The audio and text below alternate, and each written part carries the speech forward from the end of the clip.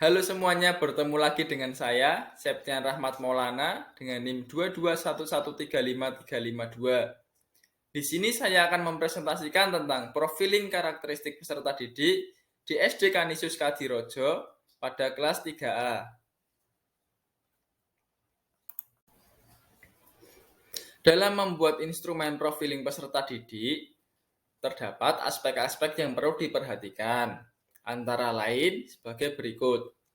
Yang pertama, perkembangan fisik dan motorik. Yang kedua, perkembangan kognitif. Yang ketiga, perkembangan emosi dan sosio-emosional. Yang keempat, perkembangan moral. Yang kelima, motivasi belajar. Lalu aspek yang keenam yaitu etnik dan kultural. Yang ketujuh, status sosial dan minat. Yang kedelapan, kemampuan awal dan gaya belajar peserta didik. Terdapat aspek perkembangan fisik dan motorik. Dalam aspek tersebut, terdapat poin-poin pernyataan. Antara lain, 1. Tinggi badan peserta didik sudah sesuai dengan kriteria usianya. Yang kedua, berat badan peserta didik sudah sesuai dengan kriteria usianya. Yang ketiga, kondisi penglihatan, yaitu mata peserta didik, baik. Yang keempat, kondisi pendengaran, yaitu telinga peserta didik, baik. Yang kelima, peserta didik dapat memperhatikan gerakan-gerakan secara cermat, rumit, dan kompleks. Lalu, pada perkembangan motorik, terdapat poin-poin pernyataan. Yang pertama, peserta didik dapat menulis dan menggambar dengan baik. Yang kedua, peserta didik dapat berjalan, berlari, dan melompat dengan baik. Yang ketiga, peserta didik dapat membaca dan menghitung dengan baik. Lalu ada aspek perkembangan kognitif. Pada perkembangan kognitif ini terdapat 8 poin pernyataan, yaitu yang pertama, peserta didik menerima materi yang disampaikan oleh guru. Peserta didik aktif ketika pembelajaran di kelas. Lalu peserta didik aktif saat pembelajaran secara berkelompok. Lalu peserta didik mampu menyampaikan pendapatnya. Lalu peserta didik mampu menyelesaikan tugas dari guru. Lalu peserta didik dapat menerima atau menanggapi sesuatu yang baru. Lalu peserta didik mampu menghitung dan membaca. Lalu peserta didik mampu mengidentifikasi benda-benda tertentu. Yang selanjutnya ada perkembangan emosi dan sosio-emosional. Pada perkembangan emosi terdapat 3 poin pernyataan. Yang pertama, kondisi dan suasana kelas mendukung ruang ekspresi diri yang sehat untuk peserta didik. Yang kedua, peserta didik dapat mengekspresikan diri dalam merespon materi yang disampaikan oleh guru. Yang ketiga, peserta didik dapat mengontrol perasaan yang dirasakan seperti marah, sedih, senang, dan sebagainya di sekolah. Lalu pada perkembangan sosio-emosional, terdapat 7 poin pernyataan. Yang pertama, peserta didik mampu berinteraksi dengan teman sebaya. Yang kedua, peserta didik mampu berinteraksi dengan guru. Yang ketiga, peserta didik dapat terlibat aktif selama kegiatan pembelajaran. Yang keempat, peserta didik merespon pertanyaan guru selama pembelajaran berlangsung. Yang keenam, peserta didik percaya diri dalam menyelesaikan tugas dan melakukan presentasi. Yang ketujuh, peserta didik dapat bekerja sama dalam menyelesaikan tugasnya. Pada perkembangan moral, terdapat 6 poin pernyataan. Antara lain yaitu 1. Peserta didik mampu menerapkan 5S, yaitu senyum, sapa, salam, sopan, dan santun dengan warga sekolah. 2. Peserta didik berdoa sebelum dan sesudah melakukan kegiatan.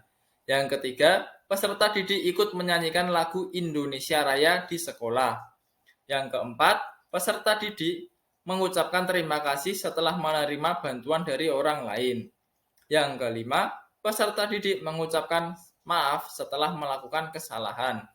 Yang terakhir, peserta didik meminta bantuan dengan berkata tolong kepada orang lain.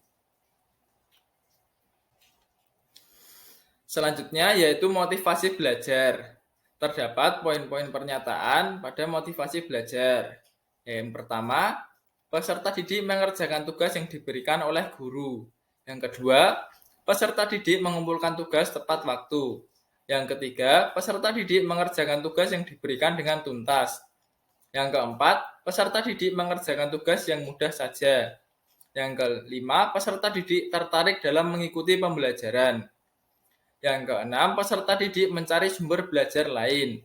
Yang ketujuh, peserta didik aktif bertanya dalam pembelajaran. Yang selanjutnya ada etnik dan kultural. Pada aspek etnik, terdapat 3 pernyataan, yaitu yang pertama, peserta didik memiliki asal dari etnik atau suku yang berbeda. Yang kedua, peserta didik menggunakan bahasa Indonesia saat mengikuti pembelajaran. Yang ketiga, peserta didik menghormati norma yang berlaku di sekolah. Lalu pada aspek kultural, terdapat 6 poin pernyataan. Yang pertama, peserta didik dapat menerapkan budaya disiplin dengan baik. Yang kedua, peserta didik dapat menyikapi keberagaman budaya yang ada di sekolah. Yang ketiga, peserta didik dapat menerapkan ketaatan beribadah dengan baik. Yang keempat, peserta didik dapat menerapkan budaya kerapihan. Yang kelima, peserta didik dapat menerapkan budaya kerjasama dengan baik. Yang keenam, peserta didik dapat menerapkan budaya kepedulian dengan baik. Selanjutnya ada status sosial dan minat. Pada aspek status sosial terdapat 4 poin pernyataan. Yang pertama, peserta didik dapat bersikap adil dalam pembelajaran. Yang kedua, peserta didik dapat berinteraksi dengan baik di sekolah. Yang ketiga, peserta didik berasal dari orang tua yang memiliki jenjang sekolah yang berbeda-beda. Yang keempat, peserta didik berasal dari status sosial ekonomi yang berbeda, mulai dari menengah ke bawah sampai menengah ke atas. Lalu pada aspek minat, terdapat 4 poin pernyataan. Yang pertama, peserta didik dapat memiliki perasaan senang dalam pembelajaran. Yang kedua, peserta didik memiliki ketertarikan dengan media pembelajaran yang digunakan guru. Yang ketiga, peserta didik dapat aktif terlibat dalam setiap pembelajaran. Yang keempat, peserta didik dapat fokus untuk mengikuti pembelajaran. Selanjutnya ada aspek kemampuan awal dan gaya belajar. Pada kemampuan awal terdapat 2 pernyataan. Yang pertama, peserta didik dapat menjawab pertanyaan yang diberikan guru tentang materi pembelajaran melalui wawancara. Yang kedua, peserta didik dapat menjawab pertanyaan yang diberikan guru tentang materi pembelajaran melalui tes. Untuk aspek gaya belajar, terdapat 4 poin pernyataan. Yang pertama, peserta didik memiliki gaya belajar visual. Yang kedua, peserta didik memiliki gaya belajar audio. Yang ketiga, peserta didik memiliki gaya belajar audio dan visual. Lalu yang terakhir, peserta didik memiliki gaya belajar kinestetik. Sekian presentasi dari saya mengenai instrumen profiling peserta didik di SD Canisius Kadirojo pada kelas 3. Kurang lebihnya mohon maaf. Terima kasih.